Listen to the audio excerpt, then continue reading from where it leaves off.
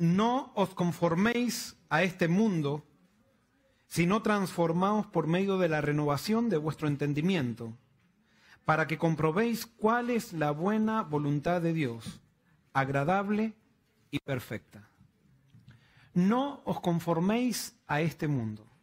Pablo de alguna manera está acá diciendo que si nosotros no ponemos intencionalmente un freno para con el mundo, nosotros nos conformamos con el mundo. En otras palabras, si nosotros no nos damos cuenta que el mundo tiene parámetros diferentes a los parámetros de Dios, nosotros naturalmente vamos a andar en los parámetros de este mundo.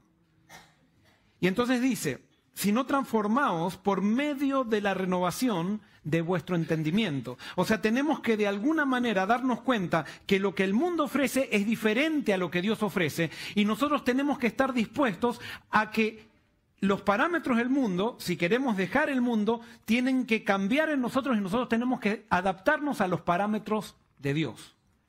Para eso necesitamos saber cuál es la voluntad de Dios agradable y perfecta. Cuando descubrimos la voluntad de Dios y descubrimos los parámetros de Dios y nos ponemos en armonía con esos parámetros, entonces comenzamos a experimentar la felicidad, que dice la voluntad de Dios es agradable y perfecta.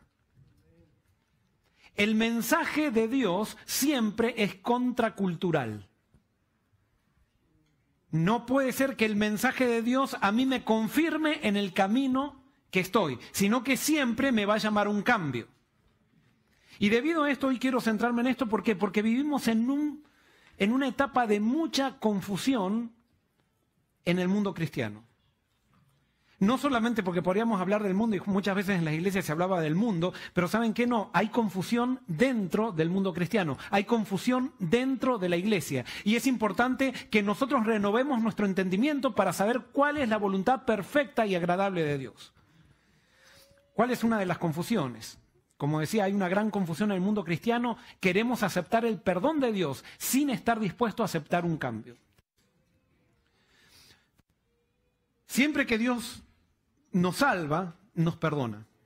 Para salvarnos tiene que perdonarnos. ¿Por qué? Porque nosotros vivimos en parámetros diferentes a los parámetros de Él. Pero entonces, el perdón de Dios me pide un cambio. ¿Por qué? Porque Dios tiene como objetivo para perdonarnos, no es simplemente perdonarnos porque nos quiere perdonar, sino que Él tiene objetivos al perdonarnos. ¿Y cuál es el objetivo del perdón? El objetivo del perdón es restaurar una relación rota. O sea, cuando Dios perdona es para poder relacionarse conmigo. Él perdona el pecado porque el pecado lo que ha hecho es separarme de Dios. Y entonces Dios aborrece el pecado por el hecho de que me separa de Él. Es porque me ama que Él aborrece el pecado, pero no es porque aborrece el pecado en sí. El pecado es separación del hombre con Dios. Pero Él odia el pecado porque me ama tanto y no soporta tenerme lejos. Entonces Él me perdona para que yo pueda estar cerca de Él. Pero Dios no puede cambiar. Por lo tanto, cuando Él me perdona, Él me pide un cambio a mí. Pero resulta que en esta época están haciendo un nuevo cristianismo, yo le llamo un cristianismo secular, un cristianismo que dice que Dios me perdona para confirmarme en los parámetros de mi vida. Dios me ama tanto que me perdona, pero me deja allí donde estoy. Y yo sigo viviendo de la misma manera que vivía antes, reconociendo a Dios, pero sin cambiar. Y eso no es algo bíblico. La Biblia siempre me dice que Dios me perdona con el objeto de tener una relación íntima conmigo y poder relacionarse conmigo. Pero hemos puesto a Dios como si fuera una jaula. Les hago una pregunta. Cuando vamos al zoológico, ¿qué animal es el que más queremos ver? Es el león. Todo el mundo quiere ver el león.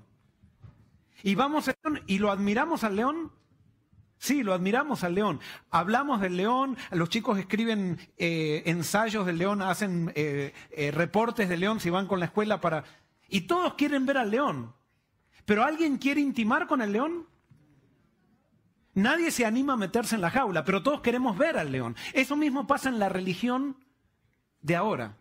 Hemos metido a Dios en una jaula, hablamos de Él, lo reconocemos, pero ninguno, muchas veces, muy pocos quieren tener intimidad con Dios.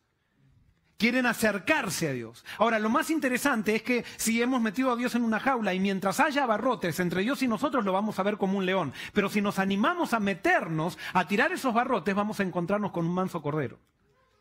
Pero mientras estamos lejos de Dios, lo vamos a ver como un león. Y por eso, ahora tenemos una religión donde venimos a la iglesia, reconocemos a Dios, cantamos a Dios, hablamos de su poder, pero después vamos a nuestras casas en la semana y seguimos el mismo estilo de vida de siempre y pensamos que Dios lo aprueba porque nos ama.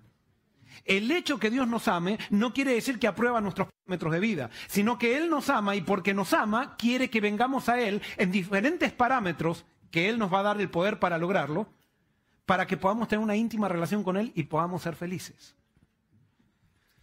El objetivo del perdón es capacitarnos para vivir de acuerdo a los parámetros de Dios.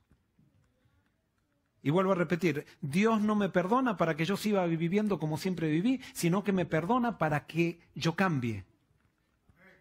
De otra manera, Dios no se puede relacionar conmigo porque la Biblia dice que Dios no cambia. Dios es siempre el mismo ayer, hoy y mañana. Soy yo el que tengo que cambiar. Pero hemos entendido mal la encarnación de Jesús. Y mucha gente piensa que como Dios es amor y Jesús se hizo hombre, Él vino a chapotear en el barro con nosotros cuando vino aquí a la tierra. Jesús no vino a ensuciarse con nosotros. Él vino al barro, sí, pero a sacarnos del barro para que tengamos la vida que Él tiene. Y esto es un concepto que cada vez está más diluido dentro del cristianismo y por eso el cristianismo pierde poder. ¿Cuál es el objetivo del perdón? El objetivo del perdón es hacernos asumir responsabilidad de lo que somos y lo que hacemos. O sea, el perdón implica que yo me haga responsable de mis decisiones. Implica que yo confiese que hay algo que funciona mal. Pero esta es una de las crisis más grandes. Aceptar el perdón es una de las crisis más grandes que tenemos como seres humanos. Y quiero simplemente ilustrar esto. La Biblia dice que hay dos reinos. Está el reino de Dios, que es un reino perfecto. Todo reino está regido por medio de ¿qué? ¿En qué está basado todo reino? ¿En qué? Muy bien, en una ley. La Biblia dice que hay un reino perfecto de Dios que está basado en una ley de orden y de amor. Cuando Dios creó el mundo, Dios lo creó de acuerdo a sus características y en esa ley. La ley de Dios no son 10 mandamientos escritos en una piedra. Eso fue una contextualización de la ley de Dios para el pueblo de Israel. La ley de Dios está en todo. La ley de Dios era la realidad original. La ley de Dios son los principios que existen en la vida. Por ejemplo, un principio de física, eso es la ley de Dios. El principio de la gravedad es parte de la ley de Dios, de la parte física. Dios tiene principios morales. Por ejemplo, una sociedad no necesita conocer a Dios para saber que cuando se es honesto, la sociedad es mejor. No necesita haber un mandamiento que diga no robarás para que una sociedad se dé cuenta que una sociedad que no roba vive mucho mejor. No sé si me explico. Esos son principios que están en el universo que no hay que crearlos, hay que descubrirlos simplemente. La ley de Dios hay que descubrirla porque la ley de Dios son los principios con los cuales Dios creó todo. Y después está la ley que Dios puso para relacionarnos con Él. Cómo nosotros nos relacionamos con Él son principios. Como Él no cambia, entonces Él dice, estos son los principios con los cuales yo vivo. Si tú quieres relacionarte conmigo, tienes que vivir de acuerdo a estos principios. Pero como tú no puedes, yo te voy a dar la capacidad para vivir de acuerdo a como yo vivo. Pero el perdón de Dios, y vuelvo a eso, voy a ahora más destacar. El perdón de Dios implica mi adaptación a Dios y no la adaptación de Dios a mí. Entonces, estaba el reino de Dios con una ley de amor y orden y hoy Lindsay con ese sermón que se predicó junto con su hermanito, que debe haber llevado mucho más preparación que el sermón que estoy predicando yo, ejemplificó muy bien. ¿Qué hicieron Adán y Eva con este reino? Adán y Eva lo rechazaron. Lo rechazaron siguiéndole, o sea, siguiendo la sugerencia de Satanás, fueron vencidos por Satanás y le entregaron el reino a Satanás. ¿Qué es este reino? Este reino de Satanás es un reino deteriorado. No es una nueva creación el reino de Satanás, sino que es el deterioro del reino de Dios.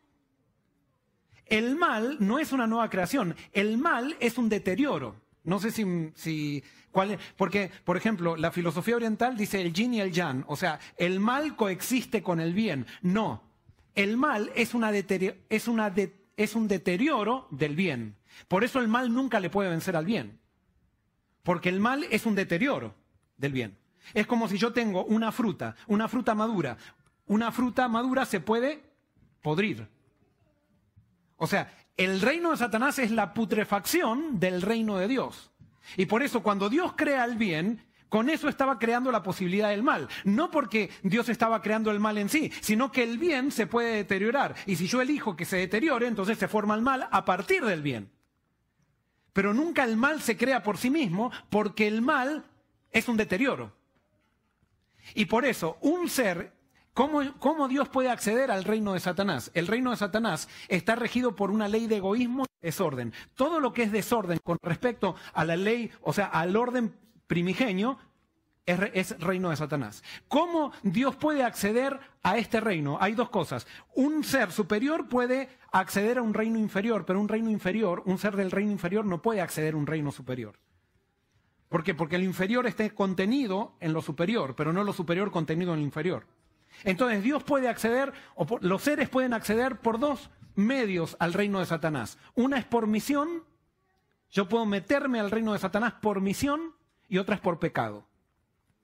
Adán y Eva eligieron meterse en el reino de Satanás por pecado, por elección. Entonces, cuando ellos se meten por pecado y elección, entonces se transforman ellos y viven de acuerdo a la ley de egoísmo y de desorden que Satanás vivía. ¿Se entiende? Entonces, ahora, cuando Dios perdona al hombre, lo perdona para que viva ¿en qué reino? Cuando Dios perdona, nos toma aquí, nosotros nacemos en este reino, nos perdona para llevarnos a este reino. Ahora hay una filosofía cristiana, entre comillas, que dice que Dios nos perdona para que nosotros sigamos viviendo con las características de este reino. Y que Dios nos perdona, y no importa si rechazamos la ley de Dios, nosotros podemos seguir viviendo una ley de egoísmo y de desorden. Total, Dios nos ama. Y es verdad que Dios nos sigue amando, y Dios nos ama a pesar de estar, porque nos ama, fue que nos buscó en este reino, pero Él no puede intimar con nosotros en la medida si es que nosotros no estamos dispuestos a recibir un cambio. Y por eso el perdón de Dios siempre, absolutamente siempre implica cambio. ¿Y saben qué? El ser humano, eso es lo que menos quiere experimentar, un cambio. Y por eso hemos creado un Dios a nuestra imagen. Hacemos tanto énfasis en el amor de Dios, que está muy bien, pero enfatizamos como que Dios ama nuestra manera o nuestros propios parámetros desordenados. Y Dios ama al pecador, pero odia los parámetros desordenados porque eso no le permite tener intimidad con nosotros. Juan 4, 7 al 17. Fíjense, yo sé que el sábado pasado Isidro predicó también sobre este pasaje. Juan 4.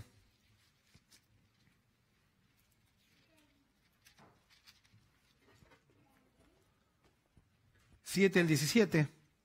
Jesús se va a encontrar con una mujer samaritana. Ya, uno de los grandes problemas que tenemos los cristianos es cómo integrar el amor de Dios con la justicia de Dios. Cómo integrar esos dos aspectos de Dios. Generalmente cuando hacemos énfasis en la justicia, agarramos una ametralladora y nos metemos dentro de una discoteca a matar a todos los que no viven como nosotros. Cosa que pasó ahora en Orlando.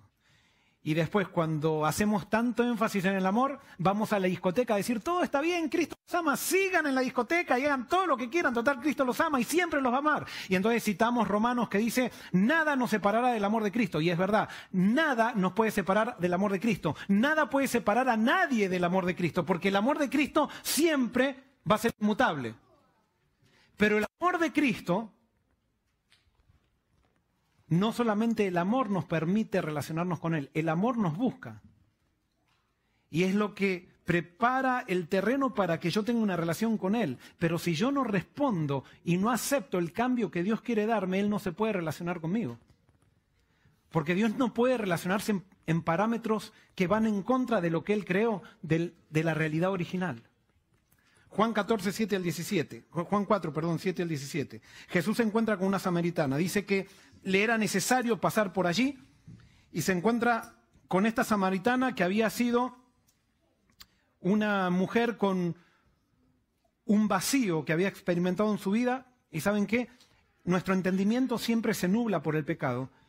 Y por eso la Biblia dice que debemos renovar nuestro entendimiento, porque muchas veces nuestro entendimiento nublado, cuando tiene un problema, trata de buscar soluciones que no son soluciones verdaderas. Entonces esta chica que estaba vacía, tenía un problema, trató de buscar soluciones para este problema, pero sus soluciones eran soluciones que la metían en mayores problemas aún.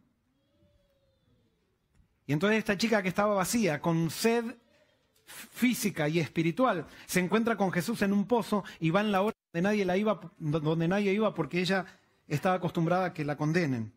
Y dice el versículo 7, llegó una mujer de Samaria a sacar agua y Jesús le dijo, dame de beber, pues sus discípulos habían ido a la ciudad a comprar alimentos.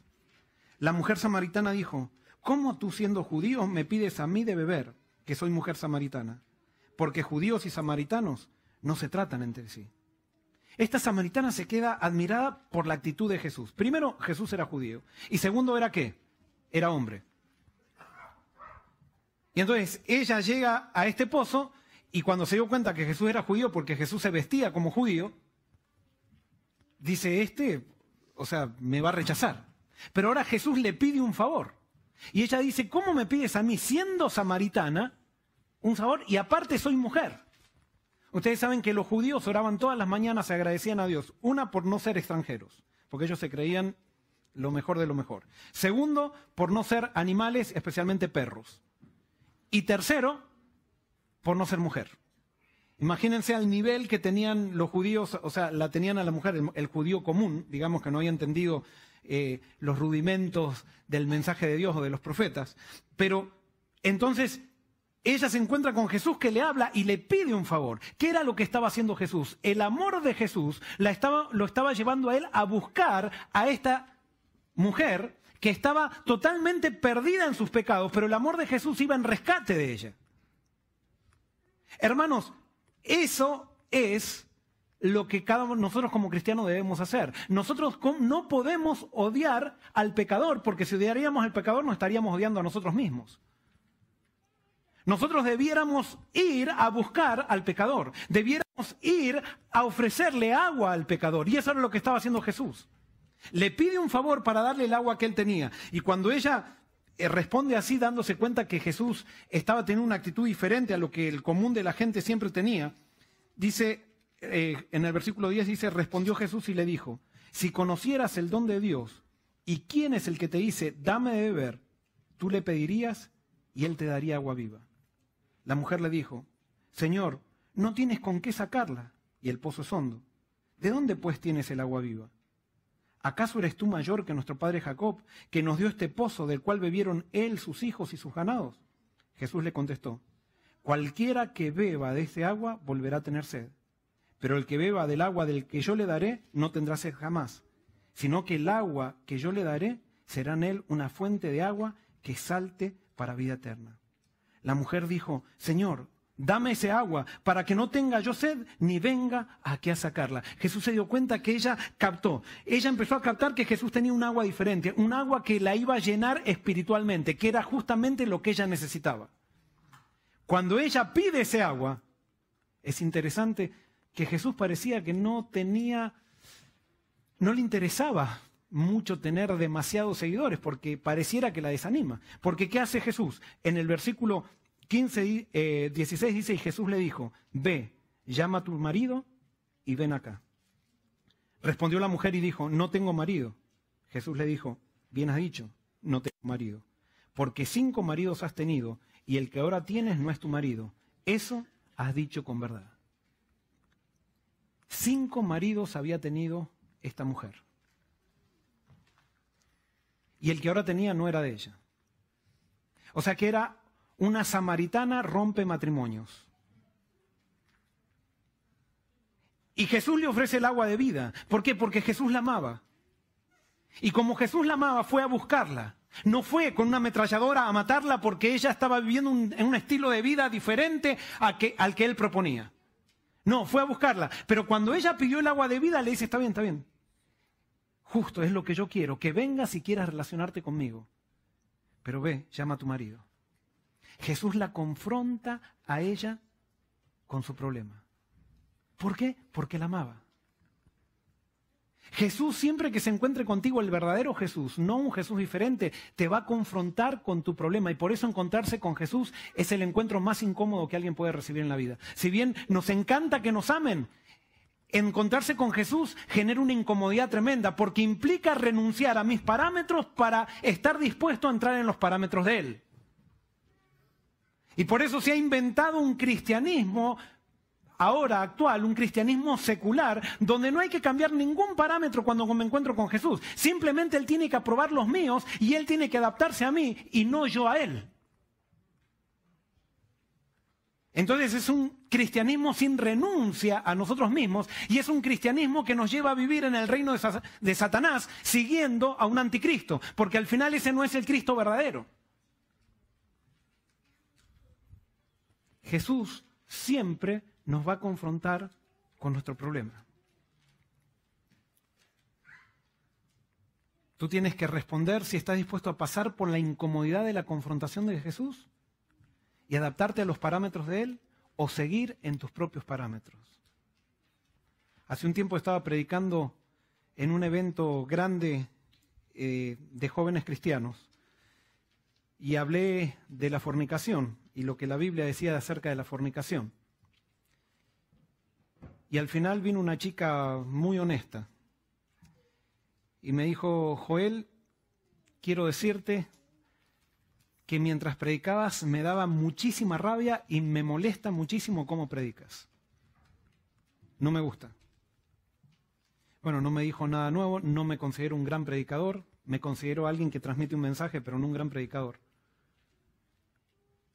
Y entonces, bueno, la seguí escuchando y después me dice, pero tengo que reconocer delante de Dios de que tienes razón.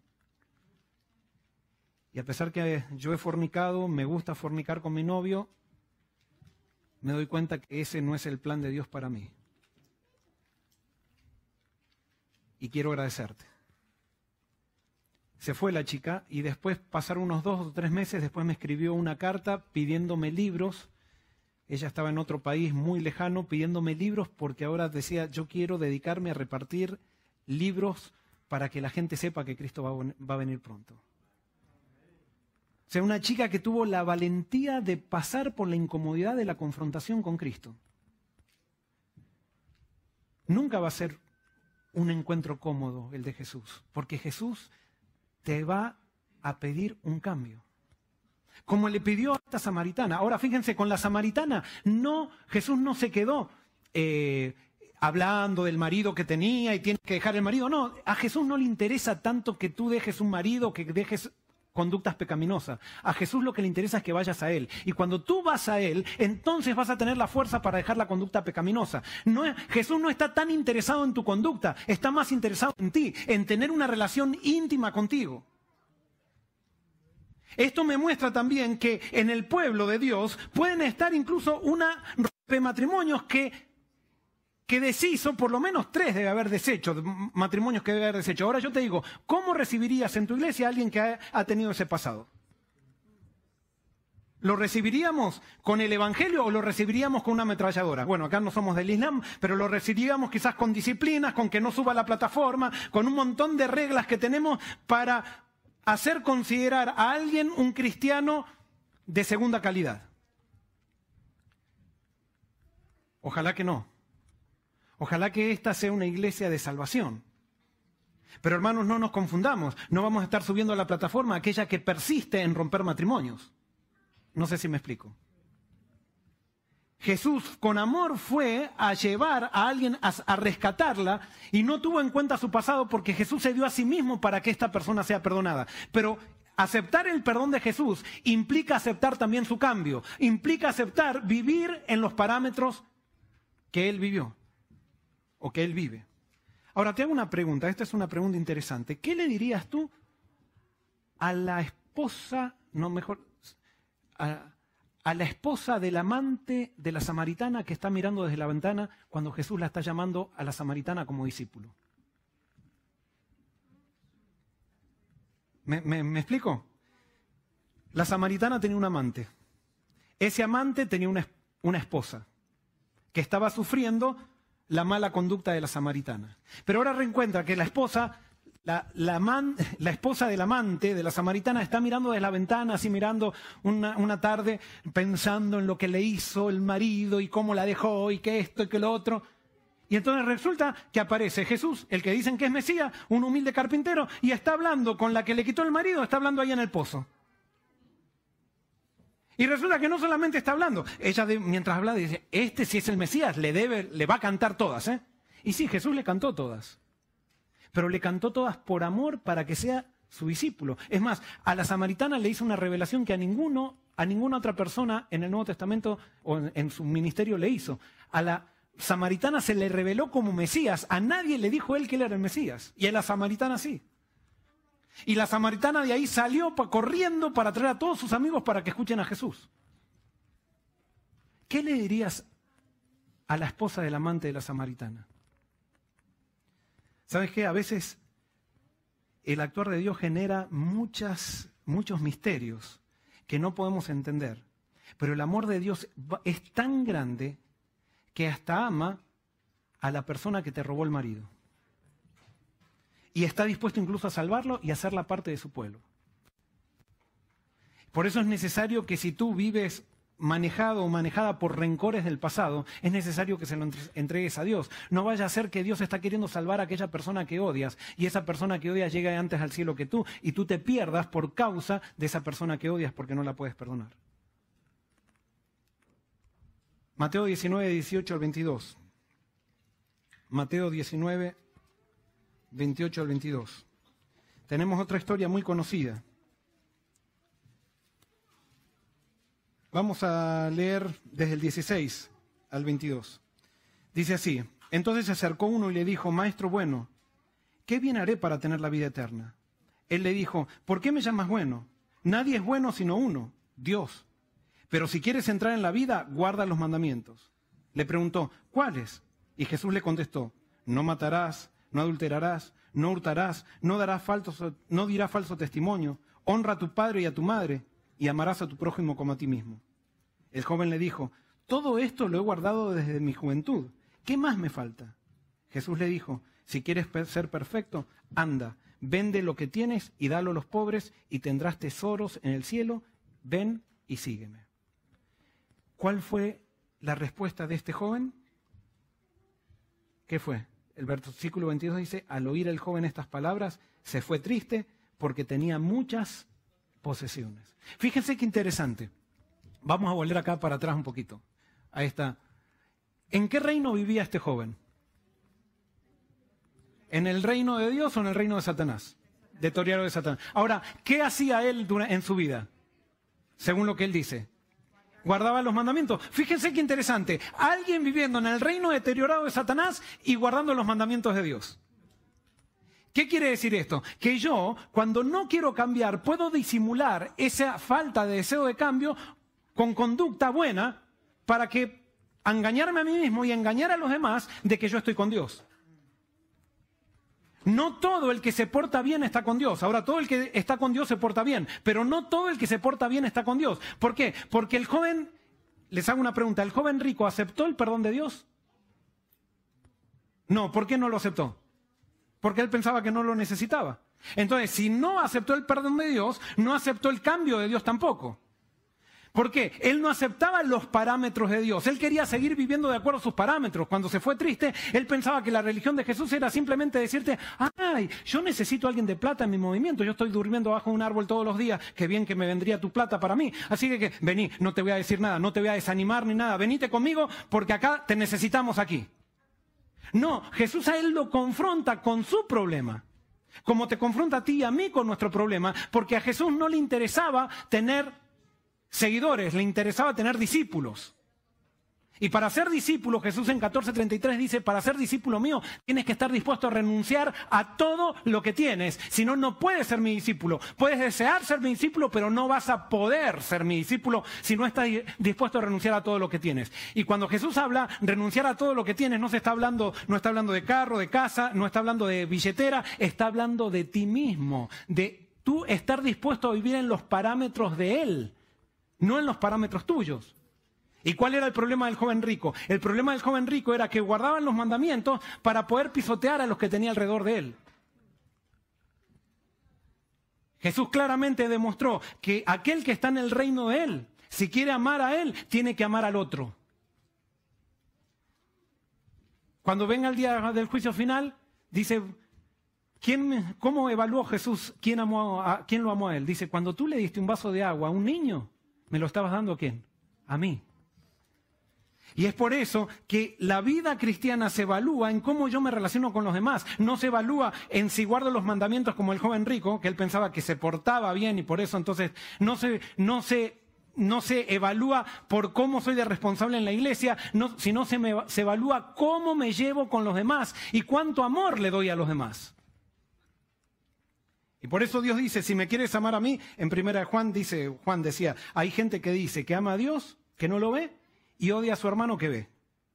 Esas personas son mentirosas, dice Juan. ¿Cómo puede amar a un Dios que no ve y odiar a alguien que ve? Empieza amando a la persona que ves y cuando ames a la persona que ves, entonces vas a poder amar a Dios que no ves.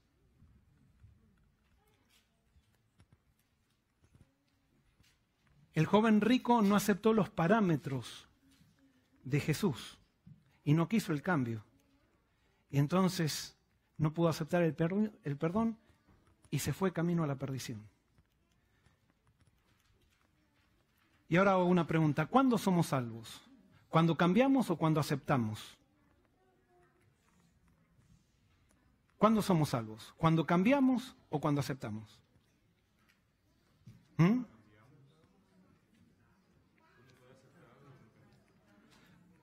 ¿El que acepta no cambia? Ahora, esta es una pregunta muy importante, saber responderla. ¿Por qué? Porque a nosotros, inconsciente o conscientemente, nos han enseñado que nosotros somos salvos cuando cambiamos. Entonces, continuamente estamos con una ansiedad mirándonos a nosotros mismos a ver si cambiamos para ver si estamos salvos o no. La Biblia dice que nosotros somos salvos cuando aceptamos a Jesús. Si aceptamos a Jesús, viene el cambio. Si no estoy cambiando es porque no estoy aceptando a Jesús. Pero no es que entonces tengo que buscar cambiar para ser salvo, sino que tengo que buscar. Si no estoy cambiando es porque no he buscado a Jesús bien. Es que no estoy poniendo a Jesús primero en mi vida. No sé si me explico. ¿Se entiende? Parece algo muy sutil, pero esto es algo tremendo. La implicancia que esto tiene en la manera de ver la vida, en la iglesia, en las relaciones con los demás, en la relación con Dios es tremenda. ¿Por qué? Porque la persona que piensa que tiene que cambiar para ser aceptado por Dios es una persona también que le exige a los demás continuamente cambio. Y es una persona que está controlando y no soporta cuando la otra persona no es como él o como ella. En cambio, la persona que se siente aceptada por Dios empieza un proceso de cambio, pero en ese proceso de cambio nosotros vamos a seguir cayendo. No es que Dios me hace perfecto de un día para el otro. Pero entonces Dios me perdona, no gracias a mi cambio, sino gracias a qué me perdona Dios. Dios me perdona gracias a lo que Jesús hizo fuera de mí hace 2000 años. No me perdona no por lo que Dios hace en mí, sino por lo que Jesús hizo fuera de mí hace 2000 años. Entonces Él me dice, acepta lo que yo hice por ti hace 2000 años. Y ahora lo que te pido también es que aceptes los parámetros de mi vida, que empieces a caminar en los parámetros que yo caminé cuando estaba aquí hace 2000 años. ¿Estás dispuesto? Si yo le digo sí, recibo el perdón de Dios, ya recibo la salvación. Todavía no soy perfecto. Por ahí camino y caigo, pero ya estoy salvo a pesar de que caigo. De lo contrario, empiezo a querer mostrar a los demás que cambio por afuera, como el joven rico, por afuera, pero por adentro todavía sigo el mismo de siempre y no encuentro la llave para el cambio. El perdón y la eternidad, y esto tiene mucho que ver con tema. Cuando Dios perdona al mujeriego, ¿el mujeriego deja de ser mujeriego?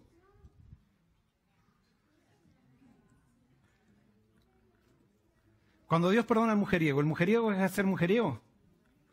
¿Sí o no? A ver, vamos a otra. Cuando Dios perdona al alcohólico, ¿el alcohólico deja de ser alcohólico? Cuando Dios perdona al orgulloso, ¿el orgulloso deja de ser orgulloso? Ahora todo, quizás con el mujeriego, algunos sí, quizás otros no, pero el alcohólico quizás menos, pero ¿quién dice que no es orgulloso acá? A ver, ¿alguien puede levantar la mano? ¿Quién es el humilde de acá? Gracias, Isaí. Sabemos que no, sabemos que es un chiste, esperamos que sea un chiste. El perdón, o sea, todos somos orgullosos. Ahora, porque Cristo me perdonó, ¿voy a dejar de ser orgulloso? ¿Porque Cristo me perdonó voy a dejar de ser explosivo? No. Comienzo un camino de cambio, un progreso, comienzo un progreso en Cristo. ¿Por qué? Porque cuando acepto a Cristo, el mujeriego, cuando acepta a Cristo, dice, voy a ser mujeriego siempre. Pero entonces me aferro de Jesús y voy a permanecer a Él para que Él viva en mí. Yo ya no quiero vivir para que Él viva en mí. Y si yo dejo que Jesús viva en mí, Jesús no es mujeriego. Y entonces va a haber victoria en mi vida. Pero en el momento que yo me empiezo a sentir fuerte, digo, no, ya no necesito hoy orar con Jesús, no necesito, empieza de vuelta a surgir mi viejo hombre. Y así pasa con cada uno de estos pecados. Y por eso nosotros no somos salvos por nuestro cambio. Nosotros somos salvos por lo que Cristo hizo y gracias a Dios por eso. Porque entonces nunca podríamos ser salvos si fuéramos salvos por nuestro cambio, porque el cambio recién final se va a dar cuando Cristo nos transforme en la segunda venida de Cristo. ¿Se entiende? Y por eso no estés ansioso. Ahora sí la pregunta que te tienes que hacer es, ¿acepto a Cristo y dejo que Él me cambie? Entonces cada vez que aparezca un pensamiento mujeriego, como yo ahora quiero vivir en los parámetros de Jesús, cuando aparece un pensamiento mujeriego, ¿qué hago? Lo confieso. Cada vez que me da ganas de tomar alcohol de vuelta, cuando aparece el pensamiento, Señor, lo confieso, tengo ganas de tomar alcohol, pero yo te he entregado a ti, deja que Cristo viva en mí, dejo que Cristo viva en mí, te confieso mi pecado, soy alcohólico. Y Dios me perdona en Cristo y yo alcanzo la victoria permaneciendo en Cristo, cuando soy orgulloso. O sea, yo no voy a poder ser nunca humilde, pero sí puedo empezar a ser consciente de mi orgullo y a confesar mi orgullo, en vez de estar tratando de disimular mi orgullo y decir, no, vos tenés la culpa por esto, por lo otro. Confieso mi orgullo. Es decir, sí, mi incomodidad con esta persona está relacionada con mi orgullo, porque Jesús no se sentía incómodo con nadie. Entonces confieso mi orgullo en Cristo, deja que Cristo viva en mí. Exploté. Cuando yo me entregué a Cristo, como ahora vivo en los parámetros de Cristo, cuando exploté, en vez de decir, no, pero exploté porque si tú no me hubieras hecho esto, yo no hubiera hecho aquello. No, decir, exploté, Señor, soy explosivo. Que Cristo viva en mí, no quiero explotar más, por más que me provoquen, no quiero explotar más. Eso es vivir en Cristo. Y cuando vivo en Cristo, así estoy salvo, porque estoy en Él. Si bien no soy perfecto, la justicia de Cristo me cubre de todo pecado. Pero para eso tengo que aceptarlos, vivir en los parámetros de Dios. Y los parámetros de Dios son diferentes a mis parámetros. Los parámetros de Dios no se cumplen simplemente con guardar mandamientos. Jesús dijo, lo que es nacido de la carne, carne es. Lo que es nacido del espíritu, espíritu es. Le estaba diciendo a Nicodemo, un pastor, que era Nicodemo, era un pastor, era miembro del Sanedrín, o sea, era ministerial de la conferencia. De una de las conferencias de allí, era una persona importante, una persona que sabía la Biblia, sabía todas las doctrinas. Le dijo, Nicodemo, tú eres nacido de la carne, pero no del espíritu. Tú eres bueno por afuera, pero no has cambiado los parámetros interiores. Y para cambiar a los parámetros interiores tienes que estar dispuesto a quebrarte delante de mí. ¿Y saben qué? A Nicodemo no le gustó esa conversación con Jesús. Y le tardó 3 años poder asimilarlo. Porque Jesús, cuando te ama, te confronta con tu pecado, porque Él quiere cambiarte para tener intimidad contigo. Porque si tú no cambias, no puedes tener intimidad con Él. Y por eso, desafiando el cristianismo actual, yo siempre digo esto. Nosotros entramos al reino de Dios voluntariamente, nunca a la fuerza. Porque alguien puede decir, ahora todos van a vivir como Jesús vivió. Están todos obligados en esta iglesia. No, si tú lo haces obligado no tiene sentido. Tiene que ser motivado. Tiene que ser una decisión personal. Ahora, lo que yo digo es, ¿hace cuánto te bautizaste y te entregaste a Cristo si es que te entregaste a Cristo en el bautismo? ¿Hace 5 años? Te hago una pregunta. ¿Tu estilo de música es el mismo que tenías la misma música que escuchas hoy es la misma música que escuchaste hace 5 años? Cuando te bautizaste quizás Pero si todavía sigues escuchando la misma música y no creciste nada en eso, quiere decir entonces que no aceptaste ningún perdón. Estás pidiendo que Cristo viva en tus parámetros y todo tú uno en los parámetros de Cristo. Te hago una pregunta. Cuando te bautizaste, o sea, ¿te vistes de la misma forma que hace 5 años cuando te bautizabas? Cuando te estabas bautizando. ¿No hubo crecimiento en esa área en tu vida? Entonces, si no hay crecimiento, puede ser que te estás alejando de Cristo. O sea, porque Cristo siempre te va a llevar al cambio, al crecimiento. No, ojo, no es al crecimiento ese impuesto por una iglesia, sino al crecimiento basado en los principios de la palabra de Dios. Y por eso Pablo nos aconseja al principio renovar nuestro entendimiento para que entendamos cuál sea la perfecta y agradable voluntad de Dios. Todos los días renovar nuestro entendimiento en Él, basados en su palabra. Como el objetivo del perdón es restaurar una relación rota, alcanzamos la victoria cuando aprendemos a permanecer constantemente en esa relación. Y vuelvo a repetir el concepto. Si tú quieres tener victoria en la vida cristiana, no es proponte no tomar más alcohol. Sino, si tú quieres tener victoria en la vida cristiana, es proponte permanecer en Cristo. Y renunciar a ti mismo todos los días.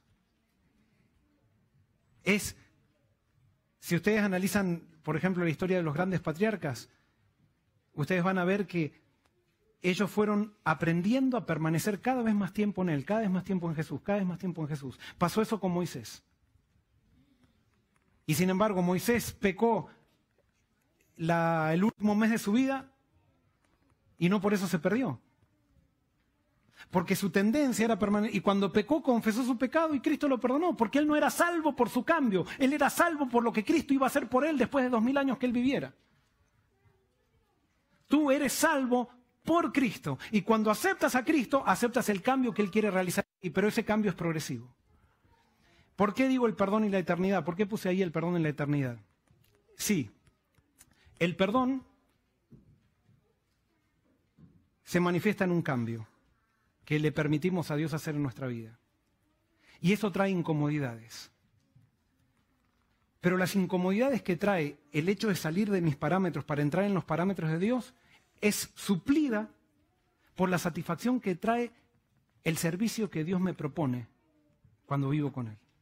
Y por la felicidad que trae el hecho de vivir ahora ordenadamente. El hecho de saber que mi vida es predecible y que no es un día un problema, otro día otro problema, otro día me metí en un problema por mis decisiones, sino que los problemas que tengo son pruebas que Dios me manda, pero no son por mis malas decisiones, sino que yo estoy aprendiendo a vivir dentro de los parámetros de Dios, que son parámetros ordenados y predecibles, que son los parámetros de su ley. Y es por eso que hablo del perdón y la eternidad, porque si, por ejemplo, tú tienes que renunciar al alcohol por estar con Jesús durante 30 años aquí, ¿qué importa si después vas a dar una eternidad sin luchar con el alcohol? Si tú tienes que dejar de fornicar por 20 años que estés aquí con Cristo, ¿qué importa?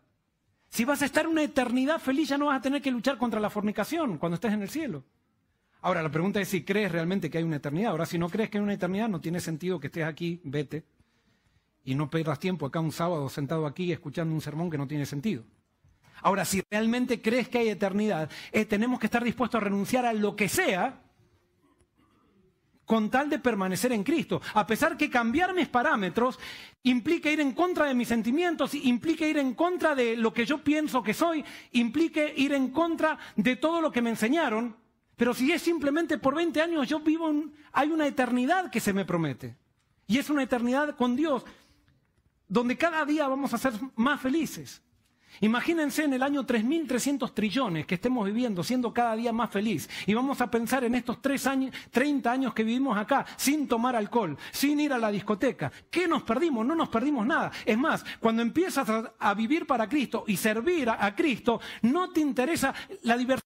Te das cuenta que es simplemente una diversión para tapar el vacío que tienes en tu vida. Es la misma diversión que encontraba la samaritana en sus amantes. Y no vamos a condenar al que va a una discoteca, porque no es nuestra misión ir a ir con una ametralladora a una discoteca, sino que es ir a dar salvación a la discoteca, confrontando a la gente con su problema, pero diciendo Dios te ama y tú puedes ser parte del pueblo de Dios. Porque hay alguien que se sacrificó por ti y ha muerto por ti y por mí para que podamos estar juntos en el mismo pueblo. ¿Por qué Lucifer no está en el cielo? ¿A ti te parece que a Dios no le gustaría tener a Lucifer en el cielo? ¿Por qué Lucifer no está en el cielo?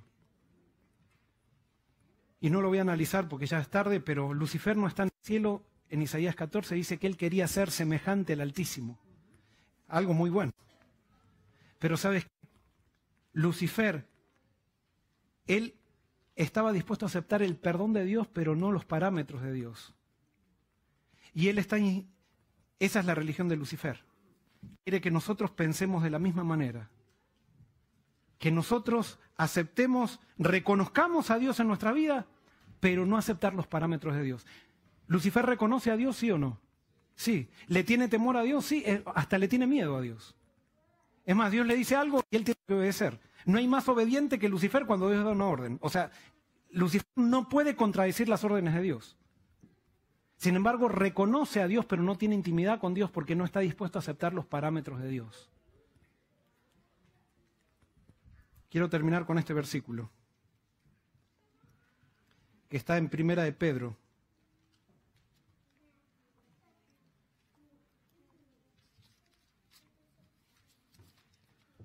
Capítulo 1, versículos 13 al 16. Dice así: por tanto, ceñid los lomos de vuestro entendimiento. O sea, debemos entender. Sed sobrios y esperad por completo en la gracia que os traerá cuando Jesucristo sea manifestado. Como hijos obedientes, no os conforméis a los deseos que antes teníais, estando en vuestra ignorancia. Sino así, como aquel que os llamó es santo, sed también vosotros santos en toda vuestra manera de vivir. Porque escrito está, sed santos porque yo soy santo. La única manera de poder ser santo es renunciar a nosotros mismos por la aceptación de Jesucristo en nuestras vidas. Cuando nosotros estemos dispuestos a que Jesús cambie nuestros parámetros para vivir en los parámetros de Él, entonces vamos a empezar el camino de la santidad y vamos a vivir en el anticipo del cielo. Que Dios nos bendiga y que esa pueda ser nuestra experiencia.